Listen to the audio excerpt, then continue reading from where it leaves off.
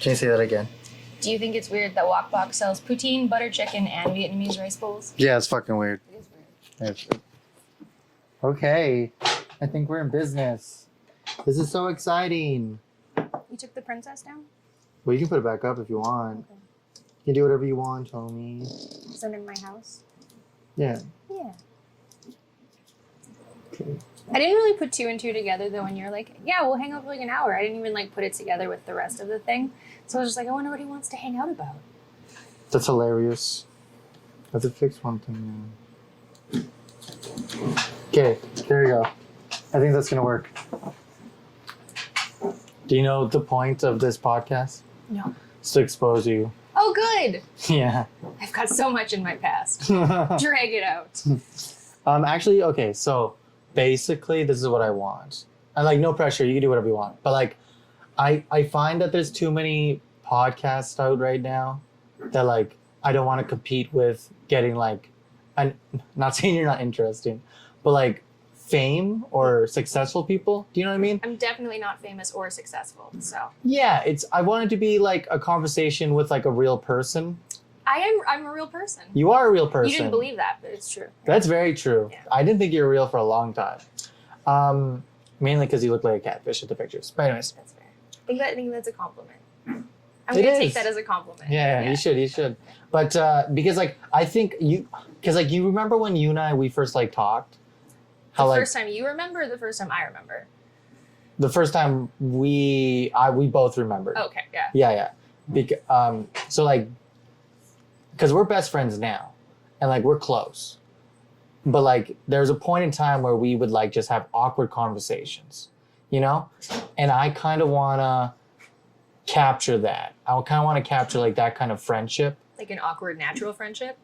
Yeah, like a friendship like where you two have been friends for like a long time, rather than I find like other podcasts when like, let's say Mark Maron or Joe Rogan, that person's on that podcast to push some sort of agenda.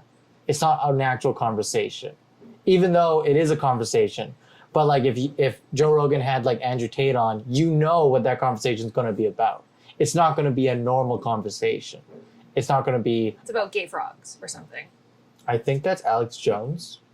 You're right. And Andrew Tate's the other guy. Oh no, that guy. Yeah, the bald-headed guy. The human trafficker guy. Yeah. Yeah. Well, allegedly. From Romania, yeah. Yeah. Yeah. Yeah. Yeah, he's there to sell you things. Yeah, exactly. Well, they're all there to sell you things. So like what I want this podcast to be is I wanted to capture just an actual conversation you would like overhear on a sidewalk between two friends. Or I think it'd be really cool to capture conversations between two people that like that awkward start into an actual friendship. I think those things are neat. Because like you and I, we're friends now. And like But it wasn't like a linear friendship. It wasn't like a natural, normal friendship. It no, was like it was a growing one. Yeah. You know? Yeah. Where like I hated you most of the times. Yeah. But like it grew into this like friendship, you know? And we don't talk every day anymore, but like yeah. but we still have that like love and care where we're like, hey, I haven't heard from you in a long time. What are you doing? Mm-hmm. Or like, hey, you're being suspicious. Like, what the fuck's wrong with you? Yeah. Things like that. Like even if it's been a week, 2 weeks, 2 days, if you show up, we're gonna talk like it's fine. Yeah, There's exactly. Not, like, I'm not talking to you because I hate you. I'm not talking to you because I'm not worried about you. Yeah. And we're still fine.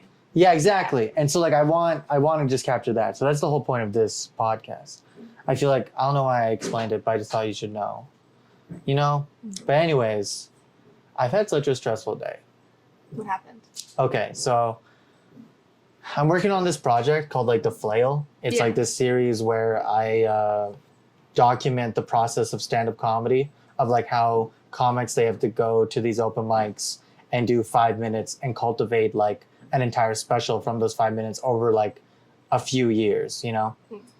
So I edited a whole fuck ton of footage, and then something happened that was my fault when I was processing footage, and now all the footage is like disoriented and unorganized. And now because the footage looks like it's missing on my one computer, It's now missing on the other computer because they're linked. So now my Adobe Premiere is like, hey, we're missing footage. I'm like, no, you're not. It's right here. But now there's like not hundreds, but like a lot of footage that it's missing that I have, but it's hard to go through every single piece. So now I'm at a crossroads where I'm like, I could go one by one and find each and every one of you, or I could just do it again. So I'm just going to do it again. Yeah. Because fuck that. But you're not going to make the same mistake twice. No, and I'm not going to edit it the same because I will lose my mind. Yes. I'm just going to take this as the universe being like, hey, we thought your video was shit. You got to do it again. I'm going to do that. I'm just going to take it as that. Because that happens. The universe said you bombed. Yeah. The universe was like, this is going to be really shitty, by the way. You should just do it again. Because I find that that's what that means. Is if I'm editing and like, I just do it again, it actually comes out better. So that's what I'm just going to do. You know, I already went through the 5 stages of editing grief, where you're like denial, where I was like, hey, I didn't break it. no It's here way. somewhere. Yeah, I was like, no way did I just do that. Why would I do that? Yada, yada. And then the next stage is anger. I'm like, holy fuck, I just did that. I can't believe I just fucking did that. Then the next one is like bargaining. And it's like, I will sell like Amanda for this fucking thing. I will sell Amanda if like you give me back that footage. Yada, yada. Things just have to go into place, you know, and I'm thinking of ways. And then I'm just at acceptance. Time to refilm it. I've accepted that it fucked up, that I'm going to start all over again, and that's okay. There's no undo button. There is one, but like the problem is like I made so many mistakes leading up to this point. I can't undo that many times. There's a cap for undo. How did you fuck it up so deeply? Why couldn't you get to like mess up number 3 and backtrack then? Okay, so you what? Just committed to the fuck up. So what happened was I was on Judy in a coffee shop trying to process footage, and I put some footage in a new folder. And I was like, because I thought that was week 2, but apparently that was week 1, the thing I'm editing right now. So when I got home and was like, hey, I'm going to edit week 1, it said, hey, we're missing all this footage. I'm like, no, we're not. It's right here. But then something else fucked up. When I was deleting footage on Judy, I deleted some footage and now it's really missing. So then when I went to Judy to like get it back from the recycling bin, it didn't get it back, but then on Jude, it did get it back. So I'm like confused. So now I'm just going to start all over. I'm just going to organize I'm just going to start from scratch because I can't mentally go through that. That will fuck up everything, every love I have for editing. So I just ruin the flow. It will. Burn it, start from scratch. Exactly. So I just got to do this again. It's okay. I've accepted it. Now that you've gone through the stages, you're at acceptance. Yeah, it's fine now. I don't even care anymore. I'm just going to do it again. I'm pretty sure you can bomb again a few times. I think that's in your wheelhouse. Yeah, and I think that I've learned that so many times that like with editing or filmmaking, I'm going to redo an entire project if I have to. Like Yo, We're Sick, if you remember that one, where like I have clones and they talk to each other. I probably restarted that like over and over again. Actually, no, sorry. Yo, We're Sick was actually pretty easy to do. It just feels like you restarted it because you had to clone yourself. Yeah. Yeah. But not only that, it's like when I first started cloning, I feel like how I feel right now, where like I don't know what I'm doing, and this is much harder than I thought. When I first started cloning. Yeah. Because like right now we're using a green screen. Fancy. Yeah, and like I'm editing, and that's professional. Marvel Studios deserves an Oscar for editing. Because those guys... Someone should tell the people. Holy shit. Editing a green screen is really fucking hard. And I'm not just like putting a background on me either. There's not just like a fucking brick wall behind me. Well, there is. But there's like overlaying footage of me talking the overlaid footage. And it's really fucking hard to like get all those things in pieces. But since I've cloned so many times, that knowledge and practice is actually transferring to green screening. I just have to find the finesse and the technical aspect of like moving them around. And like you're not even at the part of editing with movies where they like break down every individual sound piece into an effect and like manually make the effect and like put that in. It's like Marvel deserves so many Do. awards. Sorry, I'm just checking my mic. Yeah. Nice. But like, if you think that's hard, like, there's people. You watch the videos of the people making sound effects from scratch, and they're Yeah. like, "I'm gonna be a cat today," and then they like into a microphone for every time the cat makes a sound. Trying to edit that together into footage sounds. That's painful. daunting. Yeah, Yeah. that's super daunting. But what I'm trying to like just remember is like I felt this frustrated at one point when I was cloning. I felt like this is stupid, like I'm never gonna do this again. And then I created a whole series on cloning. And it was like really good and I felt really proud about it. And now it's easy. Like I can clone anytime, anywhere. It's just easy for me now. So Sounds cool. thank You you. can just clone anytime, anywhere. I can just do it. I'm a scientist. Repetition makes everything easier. Exactly. So I just need to know that this is just a stepping stone of failure that like I have to do. Your first clone is really hard, but by the 500th clone, you can just clone anytime, anywhere. My first cloning video was shit. I don't know if you've ever seen it. It's really bad. Maybe. You showed me a lot of your early drafts. You usually send me your drafts. Yeah, it was really bad. I'll tell you that right now. But like Yo, We're Sick, it turned out pretty well. Only because I think I failed that many times before. Because now it's just easy. Right? So now I just remember that in my head. I'm like, whatever happens now, happens now. And I feel like I'm behind, but I'm not behind because I still have footage. I think the hardest part is getting the footage and learning how to green screen. Because like now I know how to green screen. I know how to edit them all together. So now I just have to do it. So it's not going to be as hard as I feel it's going to be. Because now I know how to do it. The hardest part is like learning how to do it and setting up the green screen and figuring out like the technical nuances of where I'm supposed to sit, where the light's supposed to be, like what key am I supposed to use, things like that. And like knowing how to edit quickly. Because like right now I'm doing it in a way where it's kind of primitive, where like it's hard to explain, but Sticks and rocks. yeah, basically. Because like right now I'm editing in a way where someone that knows how to use a green screen would be like, why are you editing like this? There's a better way. But I just don't know that way yet. So I'm just doing it this way for now. And that's fine. I'll deal with the ramifications later. Well, I feel like whenever you make a project at this stage anyway, you're making a project to learn a new skill. It's not necessarily because this particular project is the big break that's going to make you. You're doing projects that are going to make you better as an artist in general. Yeah. Like you're doing this not to put out the best video in the universe. You're doing this to learn how to green screen to make yourself better. So it's fine that you have to redo it. 'Cause that's just more practice. It just sucks. It does suck. I have to do one thing. Do the thing. Is it related to Spring Worlds? No. They're coming though. Your They're mom's coming. I'm going to set up voice memos just in case this fucks up, because things comes in threes. Your mom comes in threes. Oh my god, I just did that.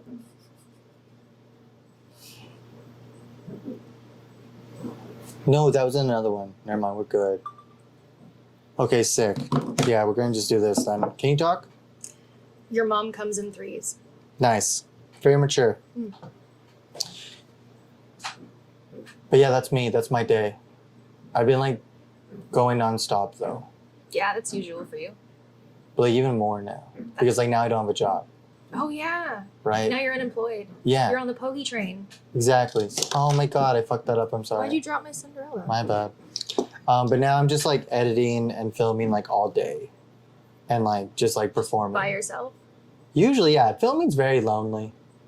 It's a very I was so happy to see you had a buddy for your trap video. You brought a friend Yeah. out. Yeah, I was like, who's filming him? A live human being? yeah. That's nice. Yeah. He's It's not just usually talking to himself in the woods somewhere or like running around a It's- parking lot alone. it's quite the little like a sad moment where like you film a scene and like you're like if you're Trav and you're high energetic and like you're being all happy and frolicky, but then when the camera's cut, you're just there alone by yourself, looking like in the camera. You're like, cool, that was so much fun, but like there's no one That there. should be how you end Trav. I The think very that'd be last thing fun. is him like running around and then cut and then his face just drops and he's oh fuck. There's a moment in the last video I did where Trav is like, how'd that look? He's like, it was good. He's like, nice. And the guy's like, I don't know how to stop recording. He's like, oh shit. And it was just fun. Yeah, I liked it. I like leaving those little tidbits in. Yeah. But Break the fourth wall. I like fourth wall breaking when it's natural. I don't you know, but I like it where it's like almost, it's not like teaching someone a lesson. Because like I find some fourth wall breakings like, because like they do that in that movie with Jonah Hill and Leonardo DiCaprio where they break the fourth wall. It's like Don't Look Up. Oh yeah. Yeah. Or like Deadpool where like he like really looks in the camera. To teach you a lesson. Yeah. Yeah. You know, but I like fourth wall breaking where it's just like silly. Like it shouldn't, it looks like a mistake. Mm-hmm. It shouldn't have been there. I like things like that. Like an SNL style fourth wall break where you can like see a cast member giggling in the side. Exactly. Yeah. I think that's fun. I think that's really fun. It's like more natural. Yeah. Versus the other ones are like planned out because they're probably scripted. No doubt. Yeah. But yeah, that's what I've been doing. I'm leaving on the 16th to Calgary. I'm actually like going on my trip. Like this is just Edmonton. That's wild. I know. It feels like yesterday I was in that hotel. What hotel? Oh, that hotel. Yeah. I was like, you were at a hotel yesterday? On Saturday, I'm burning all my underwear. Thank fucking God. Yeah. Emily's going to be so happy. She is. I have this... So you're going to go commando for all of your trip then? Or are you going to buy new underwear? I have no underwear right now. That's the only underwear I have. Just burn all of it, and that's going to be the start of your journey. Exactly. Free ball in Arturo. Small man, big adventures. Mm-hmm. For the audio listeners, because now I have to tell them. Maybe I'll just show a clip of me burning it, but just for context. I have these underwear that I wore in a kitchen. They're not underwear anymore. For years. And like, not years, like 2 years. But I would only wear these underwear over and over again every day. 7 days a week. 7 days a week. 2 shifts a day. 2 shifts a day. And like now they have like holes and like they're spotty and like they look like rags. But I think I kept them for so long as kind of like they are a metaphor for how I felt in the kitchen, you know? Like a dirty rag? Yeah. Hanging from someone's waist? Yeah. Like living on your last few like lives, you know, you're about to give out, but you don't. You keep going. And you're still useful. But they did give out and they are not useful. They were useful. They were a skirt with an elastic waist. They did their job though till the bitter end. Yeah, they did. What's underwear? Just a garment that's supposed to protect your privates, and they did. A ball hammock. I don't even think it had a middle anymore. They didn't. So it's a skirt. Yeah, but underwear is just the thing you wear that keeps the division between you and your clothing. I guess as a woman, I have a different experience because that most important division is the division that yours is missing. Yeah. Yeah. Yeah. So for me, I'm like, what's the point if there's no crotch? Because the whole point of underwear is a crotch with an elastic band on it. But yours is just the elastic band, no crotch. Yeah, I don't care about my stuff hanging out. I just want the division between my head and my penis and my boxers. And it did that for most of them. So would like a sock. Yeah, but that's silly. I'm not gonna wear a sock in the Like Anthony kitchen. Kiedis could do that too. Was it Anthony Kiedis that did it or just Flea? I don't know who Anthony Kiedis is. Red Hot Chili Peppers? No, They did a whole set in socks. Dicks on socks. Socks on dicks. Not dicks I don't know. on I don't socks. really listen to music. Well, that's not good. Why? You're going to be so bored on your trip. What are you going to listen to? I listen to a lot of like podcasts and I listen to some music, but I listen to music that I've had for like the past like 8 years. I had some songs here and there, but I'm not much of a music person. Just the same song on repeat every day. I listen to the same like 8 songs every day for the past like 3 years. That actually explains so much about our camping trip because Emily could like guess every song you played before you played it, and I couldn't figure out how. But if you only have like 8 songs, her odds are pretty good. Yeah, like that's how she does it. She's listened to Straight Outta Compton like probably 100 times by now. I'm progressive. Progressive. Yeah. You're just mad because you don't listen to those people. I do. I'm not mad about your song choice. I'm mad about the lack of variety. And not even for my sake, just for like Emily's sake. Like I got a taste of it on that camping trip, but I can't imagine like living with you long term and just hearing the same 8 songs. But here's the thing, I don't play the songs aloud, only in my car. Oh, okay. Yeah, because I listen to only music in my headphones. I don't like listening to them like outside. I can't do that. I can't listen to music like on a speaker, like doing things. That bothers me. It has to be in my ears. Keep it to yourself. Yeah, I don't like that. Do you like frolicking like that? Yeah, I usually just blare music. That's gross. I don't even have headphones, actually, thinking about it. That's weird. You're a weird person. Well, I feel like that's established. Yeah, I don't like it. You listen to 8 songs on repeat, and I'm weird? That's normal, though. Is it? Yeah, I think so. I really don't think it is. I think you're right. I think people can make playlists of like 1,000 songs. I I think can't people do can that. have like evolving tastes. Right now, when I work, I just listen to like video game soundtracks. When you like work out, or what do you listen to? I don't do anything when I work out. I just You listen to the sound of metal clanging when you work out. That's it. Your own or heavy like breathing? whatever the music is playing on the gym. I don't have headphones on when I'm at the gym. That's sociopathic. Why is that sociopathic? That's how you're supposed to work out. I'm working out. You don't have like pump up music? No, I don't need it. I'm Just not. straight out of Compton? No, I don't need it. I just go to the gym to work out. I just work out. That's wild to me. I can't imagine working out without music. I don't know. I It think works. that's why I don't have headphones, is because I don't go to the gym anymore. Maybe. I just can't. The thing is like if I have my phone with me as I'm working out, then I'll be on my phone. I'm there to just work out. So I work for an hour just to work out. That's it. It's like my time where I don't have to have any noise in my head. What do you think about? Working out. That's it. Yeah. Just single focus. Yeah, working out. I don't have ADHD. I don't have hyperfixation issues. I don't. That proves that I don't. I don't think that proves that you don't. What do you mean?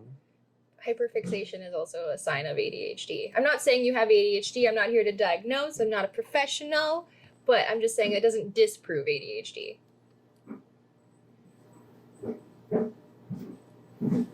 I don't think I have ADHD. I'm not saying you do Am or I in don't. denial? Here's the thing. Now Okay. back to the denial, bargaining, anger, etc. Here's the thing. Emily and Patrick both think that I have ADHD. They're both smart people. By whose standards? Do you not think they're smart?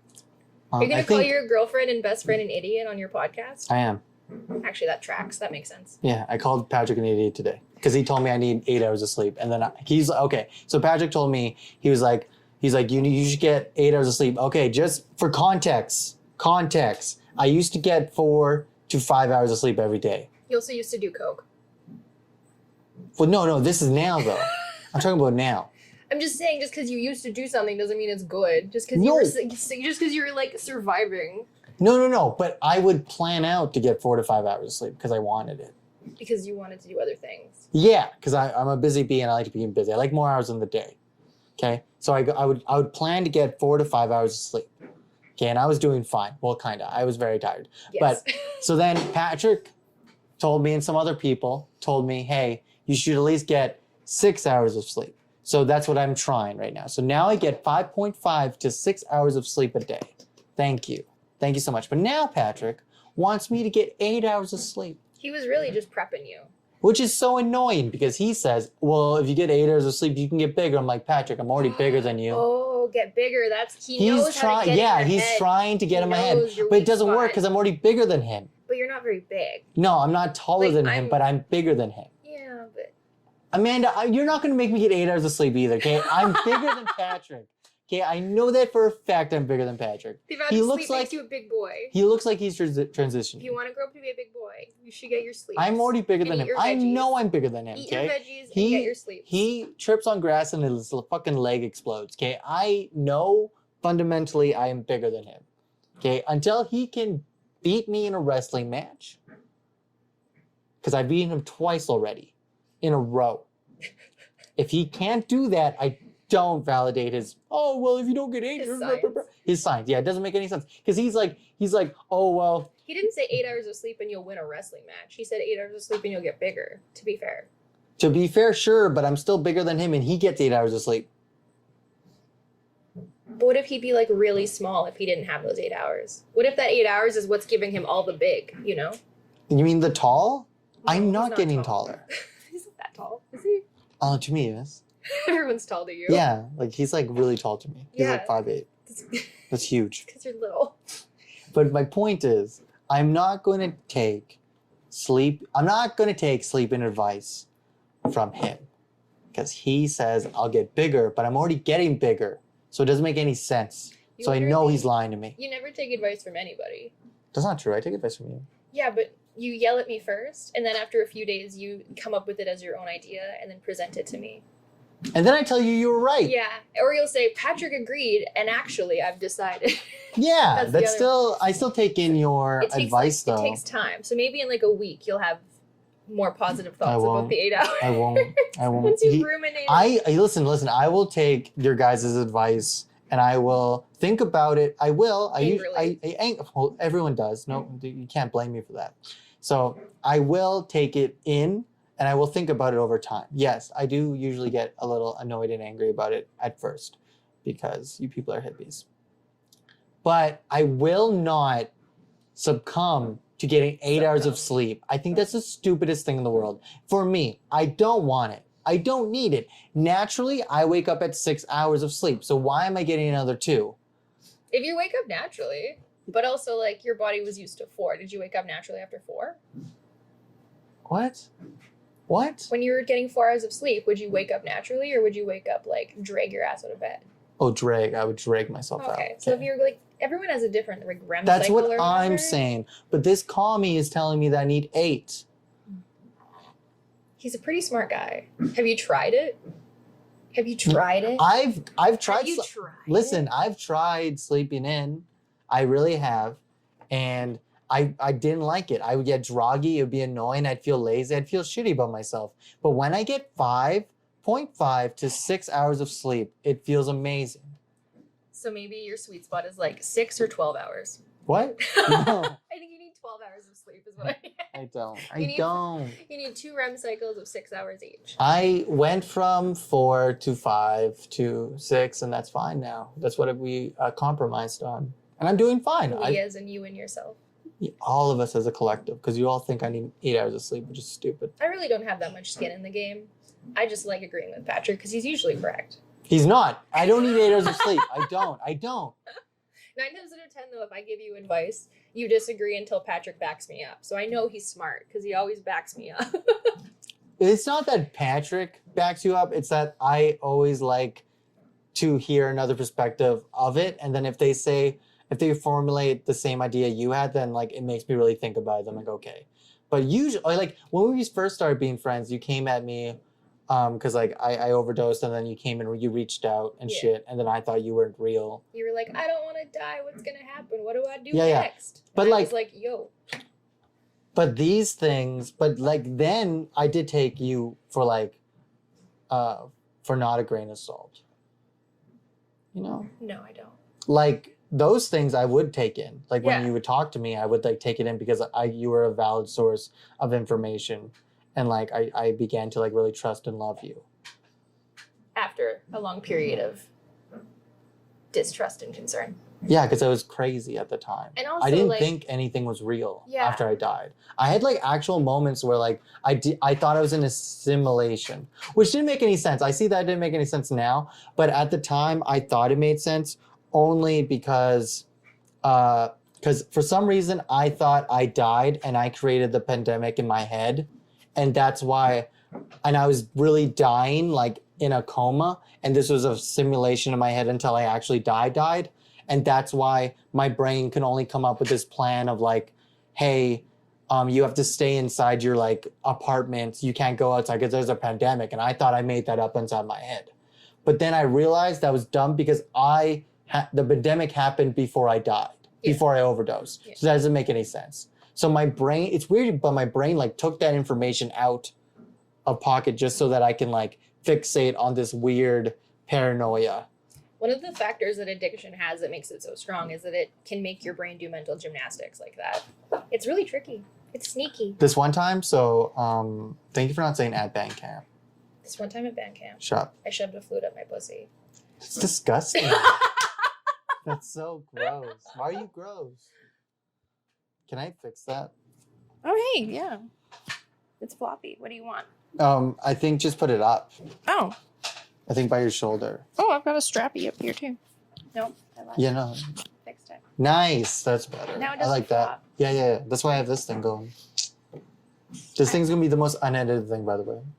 Yeah, I just want to be raw outside. I'm gonna say it's raw, but it's because I'm lazy. And I'm already editing so much, I don't want to edit more. Mhm. You know, I just have to have. You want to risk deleting everything and putting it in the wrong Burp, folder, burp, right? burp, burp. Don't remind me. It's done. We've accepted that. Start fucked over. up. Yep. Oh, it's gonna be fun. It's gonna be good. Actually, on my drive here, I was already editing in my head a better way of doing it, like a better, like more authentic documentary. So that's what we're gonna do. Version 2. Yeah, version 2, way better. The other version didn't happen. It's okay. But yeah, so this one time I was at the comic strip, and this was at the time after I died, and comedy was like, I forget how it happened, but somehow there was still oh yeah, because there wasn't like a full lockdown. The pandemic was happening. It was like off and on. Yeah, Like, yeah, it was yeah. Bigger, there smaller there were lockdowns. shows happening. Restaurants were closed down. Yeah. But comedy was still happening. So anyways, so this is what was happening. I was at the comic strip, and this guy named Matt Aldean, he was talking to me Oh, I love Matt. about the pandemic, and I told him, I was like, well, the pandemic's just a figment of my imagination. He's like, what? And I was like, yeah, like none of you are real. This is all just like a figment. I'm actually dying inside. Like I'm dying in a coma right now, and I made all you guys up. And then he said, that's a really weird bit, Arturo. And then like he walks away. And He was the right person to do that to, though. Of everybody you could have said that to, I think Matt Alladine was the right person to say that to. here's the thing though, that's amazing. He still thinks it's a bit. Yeah. He still thinks that I was like joking and like I was just saying shit. But in reality, I was like breaking down. Because like when I talked like that, it was my brain fighting off the realization that like I died. Because I think that's what that is, right? Yeah. I think that's like the reason why I had to like fixate on like nothing is real was my brain was like dealing with the trauma and PTSD of dying. Well, like, derealization is a thing. Like, I'm not gonna like throw out like what you were going through, but like, that's not unusual. Yeah. You're not the first person to experience something like that after a trauma or while dealing with recovery from addiction or other mental health issues. Like, derealization happens, depersonalization happens. I also like a lot of the comedians make dark jokes about things that are like half real. So even though it was a bit, maybe he still thinks you're crazy. I think he does. Yeah. I remember you showed me this like message of when I was like crazy that I don't even remember. It was like about my grandpa. Did you send it to me or somebody else? No, you sent it to me. But like, where did it come from originally? I sent it to you. Oh, okay. Yeah, I sent you a message that I was talking to my grandpa, and then I was like going off like really angry and mad. And I just like remember reading that, and I was like, I don't even know who this person is, you know? Yeah, you went through a period where your like main focus was like revenge, but like Yeah. on people that pissed you off years ago, and like not even like current situations, like revenge on things from like decades back. And that was Yeah. like your one fuel was like destruction. Yeah. What is that? Did you see that light go on? It was weird. I'm excited for our food. Me too. I was thinking about I was like getting snacky before you got Ooh, here. it's coming. Your mom's coming. Ha ha ha! You're so Every funny. time. Do you find it annoying when I don't take your information and I go to someone else? No. Because generally you end up realizing I'm right anyway. Okay. And if you come back with a different outcome, then generally it's not incorrect. And so therefore there's either two good options or there's a compromise. So I end up learning something from it. Yeah. So like I don't mind getting disagreed with as long as there's a positive outcome and I But what learn does stuff. I guess what does that mean for me if I disagree with you first? Like why do I do that? Because you hate women. But I also what about Patrick? I disagree with him too. Patrick's a dude. See, I was confused about that too. That's the thing. I was very confused about that. Is it because I have issues with women? I have no idea what it is. Maybe you don't like women. Maybe you don't like authority. Maybe you don't like me. I don't know. Maybe you just like to come up with solutions by yourself. I think it's because I have a problem with trusting people, even the people I love. You know, I have an issue with like people. That makes sense, actually, given what you've been through. Yeah. Yeah. Here's the thing, because like since I had issues like with abuse from my family, and like they're really shitty with me, and I think because as a kid I was like, oh, I trust these people. These people are supposed to love me, but then for a good period of time I didn't feel any love, so I was very confused. I was like, why don't these people that are supposed to love me, why can't I trust them? You know, and I think that was going on in my head. Well, I think that's kind of like, I know that you attack a lot of like you not liking me at the beginning to your mental health and like addiction situation. But also like if you aren't used to having someone legitimately care about you and support you and check in on you regularly, that's a big adjustment. and I was bugging you every single day to be like, are you okay? How are you doing? How is it today? Like, I see that at work with the residents I work with too, because they don't often come from super awesome, supportive families. It takes a lot of like repetitive being nice to them over time for them to like break down a little bit of barrier, to have a little bit of trust there. But also, I think growing up, I always felt that I was like outcasted, like they were like against me. And a lot of times it was, you know, a lot of times like they were bullying me or like I was like seen as like the black sheep, which was annoying. And so now that like when someone like you comes into my life with like information and I tell you a problem and you're like, well, no, this, I'm like, my first instinct to think like, are you on their side? Why are you on their side? Like yada, yada, yada. Yeah. But then I think I've gotten better to just like take in the information and stop me if I'm wrong. But like, I think I've gotten better at taking the information you give me or the advice you give me and being like, fuck you, but I'm going to take this in. Yeah. And like think about it. And then I go to someone else, not because I don't trust you, but because if there's two people telling me that I'm wrong, then I'm more on like the track to be like, okay, maybe I am wrong. Yeah. And then I'm like, well, maybe I am wrong. And then I ask someone else, I'm like, no, you're wrong. I'm like, okay, maybe I am wrong. I don't say easy things to you either. Like sometimes you'll have an argument with someone and I'll take the middle ground between you and the person you're arguing with. And that usually is not nice to hear either. So I can see why you push back against that. Yeah.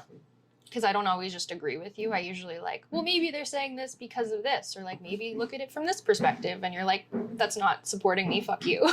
That's true too. Am I a narcissist? Is that what that is? No, I don't think you're nearly toxic enough to be a narcissist. Sometimes I think I'm a narcissist. I think you just really like attention. But I think a lot of people do. What does that have to do with... Oh, because when I have a problem, if someone doesn't agree with me, that's getting negative attention? Maybe. I don't really know. I don't want to like unpack you because like I want you to go to a therapist. Put it on record that I've been trying to get Arturo to go to a therapist for a really long time. I went to a therapist. I'm fine now. That's a lie. He's lying. But I don't think you're a narcissist. Well, you know what? Here's the thing. I think at the beginning of my life, I was. I think there was like the trauma and stuff. I know. I get that. Like I was probably because I know I was like not a good person in my past, but I know that was because I was like coping with like shit that was going on with my family, you know? And I know like I put up that wall of anger and rage to defend myself and to like make sure no one else hurts me, you know? Because like I remember growing up, my grandpa would just like be really angry and violent towards me. And then that taught me, oh, if I have a problem, that's how you deal with it. And like the only way that would stop his anger and like violence or like any kind of abuse, if I got angry. And so then growing up, I learned how to like, oh, if someone has a problem with me and they're getting angry, I now have to get angrier and they will back down. Yeah. Because that's what I got taught as a kid. You know, I'm definitely the person that like escalates a situation, you know? And that's like something that you saw when you were working at the hotel too. Cause like someone would upset you at work and you would want, like, you would tell me you want to do these things, then you wouldn't end up actually like harming anybody. But your initial thought would be like, they don't know what I'm capable of, blah, blah, blah. I could fuck them up. Like, yeah. Your initial response internally was to hurt them back or scare them. Yeah. Even though like after talking for 5 minutes, you were fine. Oh, it's coming. Your mom's coming. It's a minute away. That's so exciting. Spring rolls. Yeah, I do agree. But the hotel too was like really hard because again, like I would have like Glenn, my GM, like verbally abusing me and physically abusing me. And then I would have like the staff like undermining me. And then if I went to Glenn about the staff, he would like scream at me, telling me I have to deal with it. But then like he would get mad at me for like not keeping the staff in line. But then like if I didn't give the staff hours, then the staff would be mad at me. But then if we were spending too much on labor and I wasn't doing enough, then I would get in trouble. There was a lot of like just blaming me. So then that brought me in like that really vicious, paranoid cocoon that like I grew up in, where like I felt very alone because I didn't have my drivers at the time, and there was a pandemic, and I didn't know what was going on, and like I was just trying to get sober then. Like I was on a year 1 and 2 of my sobriety, so like I still was like in that kind of psychosis of like, holy fuck, like I don't know what to do, yada yada yada.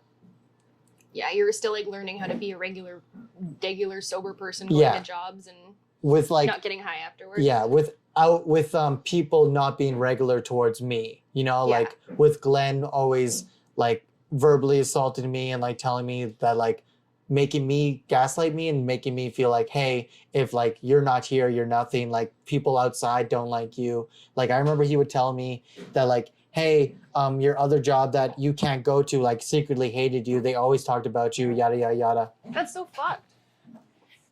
Yay, walk box. Spring rolls. I love your purple Crocs. Thank you. Thank you. Snacks? Snacks. Are those Emily's Crocs or are they yours? They're mine. Those are nice. It's a good color. I saw my sister driving them, and they were like the best. Do you want metal chopsticks or do they have chopsticks? I want a fork. Fine, have a fork.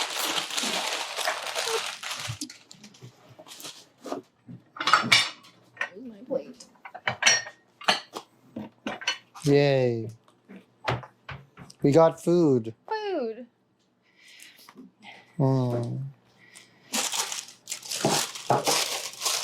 Nice, you got green onion cakes. Nice. Oh, I think they sent you free ones. These are samosas. Oh, you got samosas. Yeah. Oh, my bad. That's fine. Eat a samosa. You ordered samosas too, technically. But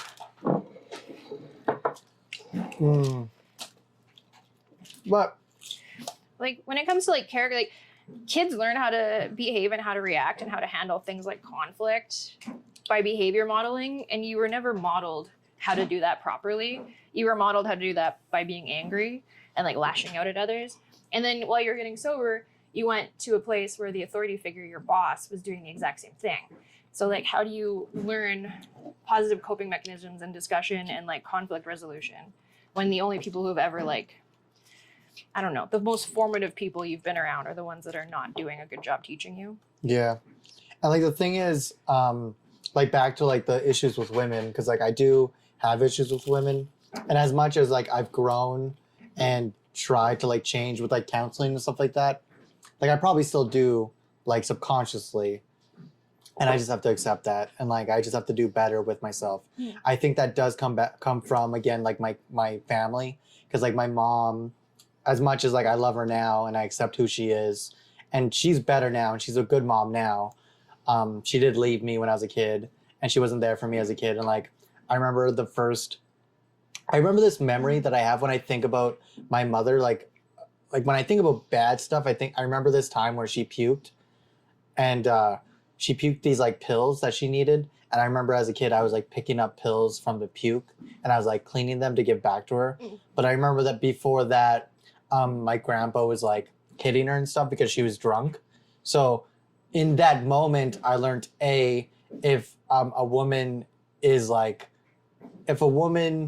is being sick or being like misbehaving in a way you don't want her to, that's how you react. You react with anger and violence, and you get physical with them. And I never got physical with women, but I definitely did get like angry and just very like vicious and very what's the word? It's like condescending almost. Like I wanted them to feel pain when they did something wrong to me, you know, like mentally. And I learned that from my grandpa because that's how he like treated my mom. And my grandpa would like talk about how he treated his wives and like how like okay, so my mom's mom would come downstairs at like 3 a.m. because my grandpa would be drunk and like knocking on the door, and then like he would get mad and like beat her because she didn't come to the door fast enough. And like I remember my grandpa telling me these stories, and like he'd be like laughing about it. And then I was a kid, so that taught me like, hey, it's that's how you deal with these things, and 2, it's okay. Like it wasn't hey Alex, I or Arturo, I did these things, like these things are shitty, yada yada yada. Like it was like he was telling them in front of people, like church people, and he was like laughing about it. So that's what that modeling there. Yeah, that's what I learned as a kid. Yeah. And then growing up, again, I never got physical, but I definitely did like the mental gaslighting and abusing, like where I would like get mad, make them feel bad, and then like if they did something wrong, but then if I did something wrong, it was okay, yada yada yada. And I'm finding that I do that now with Emily, time to time, and then she calls me out on it, and I'm like, I'm sorry, I did that, you're right, yada yada yada. But it does take me like a little bit to get to that realization that, yeah, you're right, no, I am doing that, I'm sorry. At least you're receptive to it. And like, I'm not going to give you like ass pats for being like working on your shit or anything, but a lot of guys don't even recognize that they have that bias. Like a lot of men think that how they think of women is healthy and fine and normal, and it's often not. And like, I saw a post recently that one of my friends made about how she dates women and she's confused and asking her like straight friends how much education they do for their straight male partners. Like how much you educate your straight male partner about what it is to be living as a woman and like what you go through. Like, do you have to educate them about like sexual assault or anything like that? Do you have to educate them about like misogyny? And like a lot of women said yes. So it's not uncommon that men have these blanks because they don't live life as a lady, you know? They don't live life with a vagina or anything like that. So a lot of guys don't even recognize the harm they do. So it's good that you're educating yourself, even if it's coming from like you started at a worse situation than most people. By the time you not by the time, but like if you continue educating yourself, eventually you're going to be better than the average man. That'd be nice. Yeah, eventually. I just find that Low bar though. I just find that it's weird because like, okay, so again, I didn't treat women great like growing up, you know, like I remember this one time I had this girl I was like with, she had a boyfriend and like we were like, you know, doing our thing, yada yada yada. Like, we were hanging out like every day, we were acting like a couple. And then she dumps her boyfriend for me, but then when she comes and tells me like, hey, I dumped my boyfriend, we can be together, I told her, no, I don't want you. Like you cheated on your boyfriend, that's fucked up.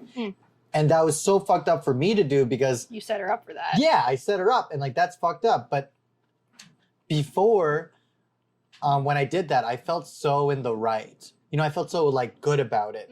And then now, like just now, we're talking about this, I realized, oh, it's because I was taking out my anger that I had on my mom on this woman. That's what I was doing, right? And I had a therapist once tell me, I find myself really mad at women and just like, I don't go to a woman's face or like go to a girl's face. Like I've had like a lot of friends that are girls through my life, but I find that like if they do something to me that wronged me, I get more mad about it and resentful about it than if a man were to do something about it. And my therapist told me, she said, it's because you never were able to be angry at your mother. So now you're going to be angry at like all these other women. That makes sense. That does make a lot of sense. Yeah. And that really struck a chord with me because now if I have like a female friend and we're talking, I find myself always kind of taking a step back and just being like, how am I talking to this person? Because I know you're supposed to treat everyone the same. And you're supposed to like treat like women, men the same. Like if you treat a girl like this, you're supposed to treat a guy like this. But I think because of how I was raised and how I kind of have this already biased opinion through trauma that I can't do that. I now have to take a step back and really make sure I'm treating this person equally to how I would treat my guy friends. You know, like if you came to me with a problem or you were venting to me, I have to take a step back and be like, who is listening right now? Is it like the person that was raised by my grandpa? Or is it like how I'm supposed to treat this person society-wise? Because I find that I have to now just think that way. Where like I'm kind of, I don't know, like kind of like if a criminal, not saying, I don't know, that sounds shitty, but like if a criminal who like stole candy bars all the time, they walk into candy. Bastard. Yeah, they walk into a candy shop. You know what? I have a better analogy. Okay. I'm a drug addict, right? I'm in recovery. I used to have to tell myself every day, don't do drugs. You know, like if I was walking by fucking snow, I'm like, don't do drugs, don't do it, yada yada yada. And that's not normal for other people. Some people, they don't have to wake up and not think about doing cocaine, but I do every day. But that's not a handicap. That's not anyone's fault, and that's not me like being like, oh, woe is me. That's my responsibility now. So I feel it's my responsibility because I had that trauma, that I can't use that trauma and be like, no, those women hurt me, like blah, blah, blah, blah, blah. So now I'm allowed to be shitty to Amanda, because she's a woman. Now I have to take that responsibility and be like, Amanda's talking to me. Who is talking back? Like, am I mad at her or am I mad at my mother? Or like other shitty women that have been in my life? Because it wasn't just my mom. I don't want to just blame my mom because there was a moment. Okay, there's this fucked up thing. When I was a kid, I had this family friend. She was like 30 and she would like pretend I was her boyfriend and she would make out with me. That's weird, right? That's very weird. I didn't know that was weird until I talked to Kevin and Sasha about it. That's beyond weird. That goes right into like abuse. You definitely shouldn't be mouth kissing children. Like with tongue. Yeah, you And I definitely remember shouldn't be tongue kissing children. She was telling like my family like, oh, we're boyfriend, yada yada. And then like everyone would laugh. That's not cute unless they're both kids. Like 2 little kids, girlfriend, boyfriend, that's funny. Yeah. But like an adult is not your girlfriend. But here's the thing. Okay, so growing up, I remember I wanted to like really fuck my teachers. Like grade fucking like 2. We talked about this when we were camping. Yeah, I just wanted to fuck my teachers. And now like I'm learning about it more. That's not normal. No. That's a sign of like you were like molested. Because I don't remember certain things that happened to me, but I was very like hypersexual as a kid. Like I remember I was like really into like just fucking at a young age. It's because you were hypersexualized. Yeah. And I think like we talked about this before too, because like because like I was molested obviously, and we talked about this because like when I get high I get predatory towards women. Like I will like message girls like late at night, be like, hey, do you want to come over? Let's party, blah, blah. But obviously, and luckily, like it never happened because I was gross. But luckily, what was I going to say? Obviously, I didn't have like in mind, yeah, we'll just party. If it happens, it happens. No, I wanted to get this girl drunk or high so we can have sex, which is fucked up. That's what's the word? Predatory? Yeah, it's predatory. Yeah. So it's fucked up. And I know that. And we talked about this before, but it's because when I was a kid, my innocence was like taken away from me. So when I get high, I'm trying to cope with that and get like the power back, which was my like innocence, in a really fucked up way. And like, it kind of goes back to like getting revenge and being angry and wrathful. When I'm high, I feel as powerful as when I'm angry. And so I want to like revenge, like get back at the thing that hurt me, yada, yada, yada. Which is only going to make things worse. Because like, when you talk about like continuing the cycle of abuse on other people, like that's how we got to where you are. Like you are here because of a cycle of abuse. Yeah, because my grandpa, when he was a kid, he got abused. And then growing up, he abused my mom, and then my mom abused me. And it just goes on from there. So being able to stop that cycle is probably one of the most important things you could do in your life. Honestly, is not continuing the cycle of abuse. The fact that you're like making steps not to do that is really good. But at the same time, I just want to be honest about it too. Being honest is good. Because I don't ever want like someone to ask me, and like this is a podcast, this is going up, me just talking about this, but like I don't ever want to be asked like, hey, like I feel like if I hide or if I start hiding things like this, then I'm just like kind of slapping the women in the face that I've like hurt before. Yeah. If I'm not honest about it. Because like I just need to be honest with, and also I'm like hiding something that I know it's my responsibility to like keep myself in check with women, but at the same time, I'm also like making myself feel more guilty for something that was like brought on to me from trauma, because like I saw this thing that was like, baggage is trauma you're given, but your responsibility to like take it, Take it. Because like I find that if I start hiding things, then like I'll start lying to myself, be like, oh, it wasn't even that bad, you know? Yeah. But no, it was bad. I was a piece of shit back in the day. I think that's part of like what your friends are also here for too, though. Like, if you tell me, like, when you had that conversation with me about your incident in the car with Kevin, where you were acting like an asshole, even though Kevin was acting like an asshole first, you were still acting like an asshole, and like what you did could have harmed people. And I'm gonna fucking tell you that. Yeah. Like, you caught yourself after the fact, but like, if you do something that's outwardly harmful, I feel like you have enough people in your life that someone will tell you. Like, no one's gonna, like, it's important to catch yourself, but you've also surrounded yourself with people who care. What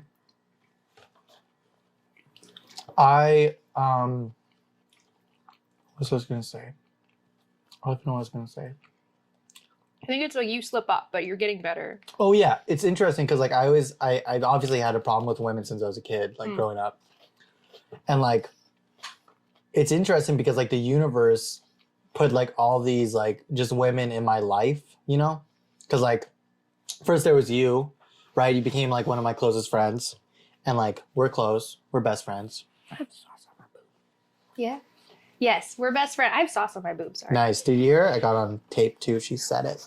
So we're best friends. We hang out. Yada yada. And like you're a woman, and you came in my life, and like it was like, hey, this person, this like gender, which your brain is wired to hate, like it's not so bad.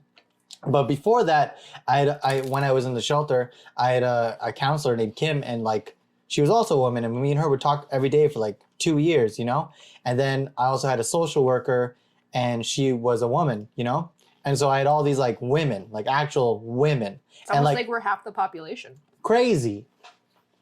But I think, then in the shelter, there's like these women like caretakers, yada, yada, yada, that we would see all the time. And then I met like Anna. You've got Sasha, Anna, even Emily. Like. that other one, the moon. Oh, she doesn't count. But Autumn, that was her name. Autumn, but I'm talking about like people that have like just stuck around, like as like my core friends. Because if you look at my friends, I have a lot of female friends. Yes. And I think a lot of close female friends, and all my female friends like you, Anna, Emily, and Sasha, you all know about my past with women. But I think the universe has like brought you guys into my life to be like, hey, excuse me. I burped. Caught that on tape. I think the universe has brought you guys into my life being like, hey, we know that like you got the shit end of a stick, but like these people are here to prove to you that like it's not though so bad. Like it not saying it's not so bad, but hey, like it can be good, you know? Like there's more than one type of lady. Yeah. Not all of us are a monolith that wants to hurt you. Yeah. It's not all just like your mother or your grandpa or like your trauma. Like these people are just here to love you and yada yada yada. Well, honestly, like, Ashley too. Ashley's the best. I just forgot about it. Honestly, like on the flip side of that, as a woman who has been through a few abusive situations with men where like men have harmed me, men have thrown me into a wall and date raped me and yada yada, as you'd say, like when I meet a new dude, my alarm bells always go up. So it's not like this is a single gendered thing. Like I have trauma with men, and so when I meet a man, my first thoughts are always like trying to suss out if he's suspicious, if he's safe. But one thing that I like about our friendship is that I know the worst parts of your. That's also very helpful. But like I already know the worst parts of your past more or less. Like it's very refreshing that you're open about it and that you're working on it versus a lot of men would just like, you would find out later. Like I can think of one particular experience where I thought someone was very trustworthy, very like I knew them for a couple of years. I thought I knew quite a bit about them. And then I found out after the fact that they were not a safe person necessarily. And I'd rather know that up front. And like hiding it must have been like the kind of like, why were you hiding it? Yeah, because like if there would have been a discussion, I think we could have discussed around it. But it was never a discussion. It was a surprise and like not a nice surprise. So I'd rather know where we're coming from and then just like meet you at that level. I'm always really scared too of like, I think that really helped with the steps because I did all my 12 steps. I fucking did multiple that. times. Yeah, twice. And when I had to like call everyone that I've harmed, that was like the most terrifying thing because I thought like I ruined people's lives. Like I remember I had this ex and I was with her for 2 years, and like I would like be just very verbally abusive. Like I would yell at her, um, not like I wouldn't yell at her like in an abusive way where like I would find her in her room and just yell at her. But like if she made me mad, then that would trigger me. Yeah. I would like set off. Like she did something small, but like it would make me mad. Or the worst case would be like if she would be like, "Hey, I think you have a drug problem." I would like go off because first off, you're a woman and you're like trying to take away my thing. A woman says this to me? How dare? In this day and age, Right in front of my noodles. But in my house. But so she got like this furious rage that like I just always feel bad about even like today. Like I wish I had like the guts to just leave her when I did. I don't know why we were together for so long. I think I was lonely and like that's a shitty way. That's a shitty thing to like keep someone around and like stop her life because we could have broke up. She could have got over me and like her life would have moved on. For whatever reason, I kept her around for 2 years. You know? That was also her choice too. Like I'm not minimizing your part in it, but like she also could have left. Yeah, true. Like no, I'm not. It's very hard to leave an abusive situation, regardless of like. I'm not saying it was abuse or wasn't, but like it definitely it's was. a 2-person thing. Yeah. Like what you did wasn't okay, but you're not the only person there. Yeah. And but there was this. I did my steps. And I wrote her name down and like what I did. Because you needed to apologize for that one. Yeah, I needed to apologize for that one. And I was like, whenever you would like speak to me and you would say something that would go against like my life, I would immediately get like angry and like make you cry and I wouldn't stop and yada yada, like all these like terrible things. Nothing physical, luckily. I always try to like find a silver lining in things. But like just like mentally abusive stuff, you know, which were like really shitty and stuff like that. And like, but here's the cool thing with the steps. You don't always have to like apologize if it's going to ruin your sobriety or someone's life. Like if you, uncovering a secret or something. Yeah, if you double cross a drug dealer, you don't have to call that drug dealer and be like, "Hey man, sorry I didn't pay you that money back." That's stupid. You don't have to do that. So I Facebooked her. I looked her up and I saw she had like a life. She had like a kid. She was happy. She was like holding the baby. She was like, I don't know if she's with someone. I didn't see anyone, but like she was just happy, you know? Yeah. And that like brought this sense of like almost calmness to me of like, I did hurt this person, but I didn't ruin this person's life. And then it kind of brought another sense of like, oh my God, the reason why I was so like guilty and like bedridden over what I did to this person was I was making it about me.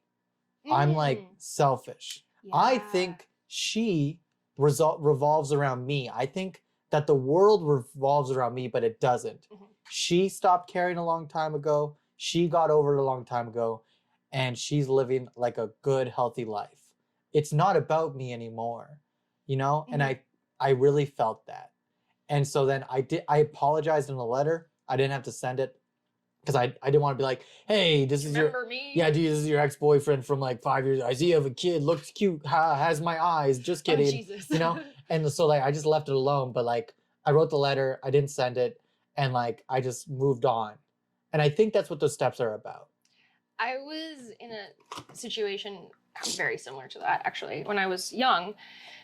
And I'm not sure what his reasoning is, but the guy who treated me very similar to how you treated her and who was a complete piece of work, he ended up following me on Instagram randomly, like 7 years later. I was at a bar in Vegas with my friends and I got a notification that this person was like following me on Instagram. And honestly, it didn't like, even if he had reached out and apologized, my first thought was I had a panic attack and then I threw up. So like, I can understand why if she's doing well, you wouldn't want to just like shock the system and jump out of nowhere. If the opportunity comes up, I hope you do apologize and have that conversation. But yeah, I could see how that would actually be really sketchy to have, like not sketchy, but like scary. If I ever like see her like in public and she comes, because I don't want to just run up to her, but like if she sees me in public and I'm like, oh hey, and she comes to me, I'll be like, hey, how are you? She'll be like, how are you? I'll be like, I'm sober now, blah blah blah. By the way. And then we can have a conversation. But I'll ask her like, hey, is it cool if we talk? about our past relationship, Yeah. I just have things to like apologize for. Because you don't know how far she is on that journey. Yeah. And if she says no or yes, I'll go on my way depending on what she says, obviously. Right. But there's like a lot of women, even your friend Megan, that like I had to apologize to. The middle of the night messages. Oh my God, right? But like nobody, like even with those, you felt so much shame about those messages. Like you would bring them up to me years later and be like, I can't believe I did that. I feel so shitty. Is she mad at me? Does she hate me?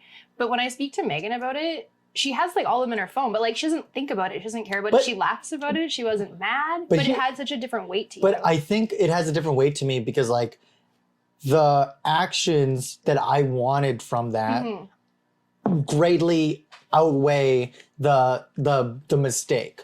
Like a lot of women that I talk to that I apologize to, they're like, oh no, it's fine. I'm like, I don't think you know how shitty. You laid out a little trap. Yeah, how shitty that could have went.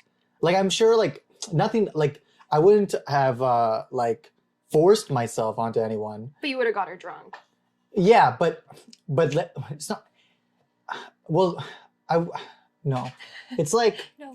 it's because how I saw how in my head how it would go. She would come. She would see me. Shut up. She would see me gross. Because you're gross. And she would see a bunch of cocaine everywhere, a bunch of drinks everywhere. She would see me in filth.